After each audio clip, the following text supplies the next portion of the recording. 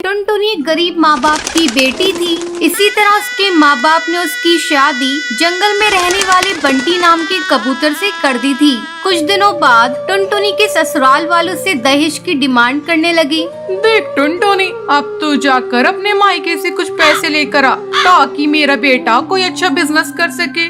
माँ जी, मेरे माँ बाप तो बहुत गरीब है, कहाँ से वो पैसे देंगे? मैं कुछ नहीं जानती। अगर तुझे इस घर में रहना है तो तू जाकर अपने मायके से पैसे लेकर आ।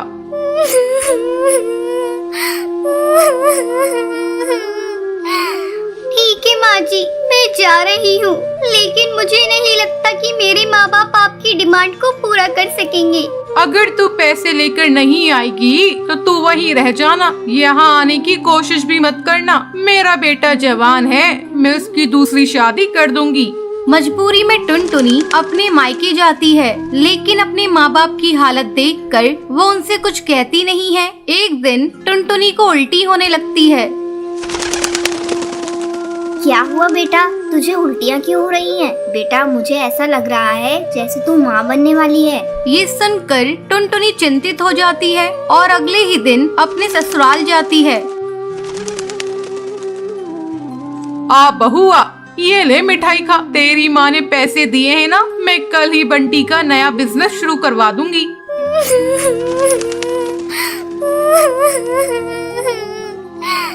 माँ जी, मेरे माँ बाप ने मुझे कोई पैसे नहीं दिए हैं। उनकी हालत देखकर मैं तो उनसे पैसों की बात ही नहीं कर पाई। तू यहाँ क्यों खड़ी है? चल निकल मेरे घर से। अब मैं अपनी बेटी की दूसरी शादी किसी पैसे वाली चिड़िया के घर में करूँगी। ऐसा कहकर टुनटुनी की सास बबली कबूतरी उसे धक्के मारकर घर से बाहर निकाल देती है। टुनटुनी रोती रोती अपने मायके जाती है और समय आने पर एक नन्ही चिड़िया को जन्म देती है। टुनटुनी दूसरों के घरों में झाड़ू पोछा करके अपनी बच्ची को पालने लगती है। ऐसे ही कई साल गुजर जाते हैं। एक दिन जब टुनटुनी की बेटी भूरी स्कूल से घर आती है। माँ, ये देखो मेरे जूते फट चुके हैं। मेरी सहेलियाँ मेरा मजाक उड़ाती हैं। मुझे नए जूते ला कर दो, तभी मैं स्कूल जाऊंगी। ठीक है बेटा, मैं ला दूंगी, लेकिन 1-2 दिन रुक जा। जैसे ही मुझे महीने के पैसे मिलेंगे मैं तुझे खरीद कर ला दूंगी। ठीक है माँ, मैं 2 दिनों तक इंतजार कर लूंगी। अगर तुमने मेरे नए जूते नहीं लाए तो फिर मैं स्कूल नहीं जाऊंगी। 2 दिनों बाद जब टुनटुनी भूरी के लिए जूते खरीद कर लाती है, भूरी उसे देखकर खुश हो जाती है। माँ, ये जूते तो बहुत सुंदर हैं। मैं अभी अपनी सहेली को दिखा कर आती हूँ। इसी तरह समय गुजरने लगता है। भूरी अब बड़ी हो जाती है। टुनटुनी को भूरी की शादी की चिंता सताने लगती है। अब भूरी शादी के लायक हो गई है, मुझे कोई अच्छा चिड़ा देखकर उसकी शादी कर देनी होगी। ऐसे में एक दिन भूरी टुनटुनी के पास आकर उसे बताती है। माँ, मैं नदी पार जंगल में काम करने वाली एक कालू कौवे से प्यार करती हूँ। तुम कहो तो मैं उसे लाकर तुमसे मिलवा दूँ। ठीक है बेटा, तुम्हारी जैसी मर्जी। अगर तू उस कौवे के साथ खुश है तो मैं भी खुश हूँ।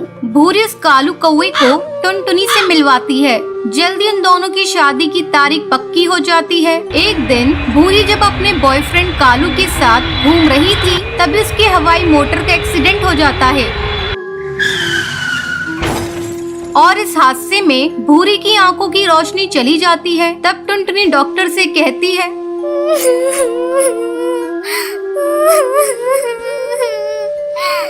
डॉक्टर, अब मेरी आंखें मेरी बेटी को लगा दीजिए। मैंने तो बहुत दुनिया देख ली, लेकिन मैं अपनी बेटी को अंधा होता हुआ नहीं देख सकती। टुनटुनी अपनी दोनों आंखें अपनी बेटी को दे देती है। कुछ दिनों बाद जब भूरी ठीक हो जाती है। माँ, तुमने मेरे लिए अपनी आंखों का बलिदान दे दिया। अब मैं तुम्हें अकेला रहने नहीं दूंगी। तुम्हें मैं अपने साथ अपने घर ले जाऊंगी। भूरी की शादी पूरी रीति रिवाज से हो जाती है और वो अपनी माँ को अपने ससुराल ले जाती है। फिर सभी खुशी खुशी रहने लगते हैं। एक जंगल में टुन्नू अपनी पत्नी टूनी और अपनी बेटी टुनटुनी से बहुत प्यार करता था। टूनी, मैं तुम दोनों के बिना जीने की कल्पना भी नहीं कर सकता। अगर मुझे कुछ हो जाए तो तुम मेरी बेटी का ख्याल रखना। मरे आपके दुश्मन, आप ऐसी बातें क्यों करते हैं जी? आपकी उम्र तो 100 साल हो, आपको मेरी भी उम्र लग जाए। पापा, आपने मेरे लिए क्या लाया? बेटा, आज मैं तेरे लिए तेरी मनपसंद जूते लेकर आया हूँ। इसे पहनकर मुझे दिखाओ। टुनटुनी जूते पहनकर टुन्नू को दिखाती है। पापा ये जूते तो बहुत सुंदर हैं। मैं कल इसे अपनी सहेलियों को दिखाऊंगी। आप दोनों बाप बेटी बातें कीजिए, मैं आपके लिए खिचड़ी बना कर लाती हूँ। टूनी जैसे ही खिचड़ी बनाने के लिए किचन में जाती है, वो बेहोश होकर नीचे गिर जाती है। पापा जल्दी आओ, देखो माँ गिर गयी। टुन्नू दौड़कर वहाँ पर आता है। अरे ये टोनी को क्या हो गया? मैं अभी डॉक्टर को लेकर आता हूँ। टुन्नू डॉक्टर को घर लेकर आता है। डॉक्टर टोनी का चेकअप करती है। बधाई हो, आपकी पत्नी माँ बनने वाली है। अब आपको इनका बहुत ख्याल रखना होगा। डॉक्टर के जाने के बाद टुनटुनी बेटा, अब तुम्हारा भाई आने वाला है। मेरे ऑफिस जाने के बाद तुझे ही तेरी माँ का ख्याल रखना है। ठीक है पापा, अब मैं माँ का ख्याल रखूंगी। उन्हें एक भी काम नहीं करने दूंगी। क्यों? मुझे क्या हुआ है? मैं काम क्यों नहीं करूंगी? माँ, डॉक्टर ने आपको आराम करने को कहा है। मैं कुछ नहीं जानती, मैं आपकी एक भी नहीं सुनूंगी। अब से घर का सारा काम मैं करूंगी। मैं अभी जाकर पापा के लिए खिचड़ी बना कर लाती हूँ। अच्छा मेरी माँ, जा और संभाल कर बनाना। टुनटुनी खिचड़ी बनाने जाती है। अरे क्या तोड़ दिया, जरा संभाल कर काम करो। वो कुछ नहीं माँ, चावल का डब्बा नीचे गिर गया था। थोड़ी देर बाद टुनटुनी खिचड़ी बनाकर लाती है। पापा ये लो खिचड़ी, और खाकर बताओ ना कैसी बनी है। टुन्नू खिचड़ी खाता है। खिचड़ी तो बहुत अच्छी बनी है। टोनी तुम भी खिचड़ी खा कर देखो। वाकई टुनटुनी ने खिचड़ी बहुत अच्छी बनाई है। माँ, आज रात का खाना मैं ही बनाऊंगी। बेटा मैं बना लूंगी, तुम इतनी परेशान मत हो। नहीं माँ, तुम आराम करो, मैं कुछ भी बनाकर पापा को खिला दूंगी, तुम भी खा लेना। धीरे धीरे समय गुजरने लगता है। टुनटुनी टोनी को कुछ भी काम करने नहीं देती थी। टोनी की माँ मीनू चिड़िया उसके घर आती है। टुन्नू बेटा, मैं टुनटुनी और टोनी को अपने घर ले जाना चाहती हूँ। ये छोटी सी बच्ची कब तक अपनी माँ की देखभाल करती रहेगी? नहीं माँ, मुझे मायके नहीं जाना। यहाँ टुन्नू और टुनटुनी मेरी बहुत अच्छी तरह से देखभाल कर रही है। मेरी बेटी बहुत सियानी हो गई है, वो मुझसे बहुत प्यार करती है। अच्छा ठीक है टोनी, जब बच्चा हो जाएगा तब मायके आ जाना। ठीक है, मैं अब चल रही हूँ। एक दिन अचानक टोनी के पेट में दर्द होने लगता है। उस समय टुन्नू जंगल लकड़ियाँ लेने गया था। घर पर अकेली सिर्फ टोनी और टुनटुनी ही थी। टुनटुनी बेटा, मेरे पेट में बहुत जोरों का दर्द हो रहा है, मुझे जल्दी से अस्पताल ले चल। लगता है तेरे भाई के आने का समय हो गया है। माँ तुम मत रो, मैं अभी कुछ करती हूँ। बाहर कोई भी नहीं दिख रहा है, मैं किससे मदद मांगू? अब माँ को इस सब्जी के ठेले पर ही ले जाना पड़ेगा। किसी तरह टुनटुनी टोनी को लेकर अस्पताल पहुंचती है और फिर टुन्नू को फोन करके अस्पताल बुलाती है। टोनी बच्चे को जन्म देती है। पापा ये देखो मेरा भाई कितना सुंदर है, अब मैं मेरे भाई के साथ दिन भर खेलूंगी। टुनटुनी आओ बेटा मेरे पास, तू मेरी सबसे प्यारी बेटी है। ये सब कुछ तेरे ही कारण संभव हुआ है। टुनटुनी टोनी के गले लग जाती है और सब खुशी खुशी घर आ जाते हैं। तो ये थी आज की कहानी। दोस्तों, आज के लक्की विनर्स के नाम ये रहे आपकी स्क्रीन पर। आज का सवाल ये है, टुनटुनी टुन्नू के लिए क्या बनाती है? अगर आपको पता है तो आप हमें कमेंट करके जरूर बताएं। लक्की विनर के नाम कल की वीडियो में दिखाए जाएंगे। अगर आपको ये वीडियो पसंद आई हो तो इसे लाइक और ऐसी कहानियाँ देखने के लिए मेरे चैनल को सब्सक्राइब करना न भूलें। टुन्नू चिड़ा कड़कनाथ सेठ के यहाँ काम करता था। अचानक एक दिन उसका सेठ कुछ पक्षियों को अपने ऑफिस से निकाल देता है। उन कुछ पक्षियों में टुन्नू का भी नाम था। सेठ, आप इस तरह हम पक्षियों को काम से नहीं निकाल सकते। हम लोग आपकी ईंट से ईंट बजा देंगे। जाओ, तुम्हें जो करना है करके देख लो। ये कंपनी मेरी है, मैं किसको रखूंगा किसको निकालूंगा ये मेरी अपनी चॉइस है। और तुम्हें एक बात बता दूं, आजकल मेरी ऑफिस घाटे में चल रही है। मैं इतने सारे कर्मचारियों का खर्चा उठा नहीं सकता। अब आप लोग यहाँ से जा सकते हैं। टुन्नू वापस अपने घर आ जाता है। धीरे धीरे 6 महीने गुजर जाते हैं। अभी तक टुन्नू को कोई दूसरी नौकरी नहीं मिली थी। घर में पैसों की तंगी हो जाती है। इसी बीच टुनटुनी का स्कूल से नाम कट जाता है। 6 महीनों से उसकी स्कूल की फीस जमा नहीं हुई थी। एक दिन तो हद ही हो गई। अरे जल्दी जल्दी निकलो मेरे घर से, मुझे तुम लोगों को इस घर में नहीं रखना। 6 महीने से तुम लोगों ने इस घर का एक किराया नहीं दिया है। अब जल्दी से पैसे मेरे हाथ में रखो, नहीं तो मेरे घर से अभी निकल जाओ। अरे और रिक्की, जल्दी से इनका सामान निकाल के घर से बाहर फेंक दे। रिक्की घर का सामान बाहर फेंकने लगता है। बुल्ला भैया, ये तुम ठीक नहीं कर रहे हो। पहले कभी मैंने आपका पैसा रोका है? इस समय मेरे पति की नौकरी छूट गई है, इसलिए मैं पैसा देने में देर कर गई। रिक्की जल्दी से घर पे ताला लगा। बुल्ला टोनी की एक नहीं सुनता है और घर पर ताला लगा के वहाँ से चला जाता है। टोनी की नौकरानी उन्हें बेबस और लाचार देखकर उन पर तरस खाकर उन्हें अपने घर में ले जाती है।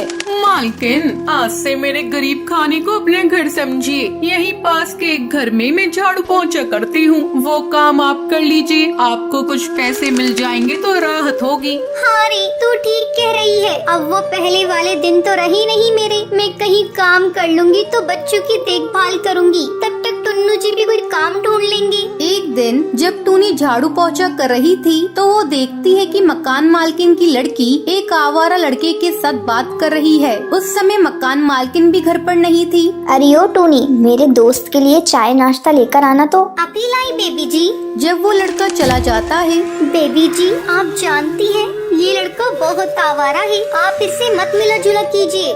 खबरदार जो तुम मेरे मामले में बोली तो। और हाँ, इस बात को मेरी मम्मी को मत बताना, नहीं तो तुम्हारी खैर नहीं।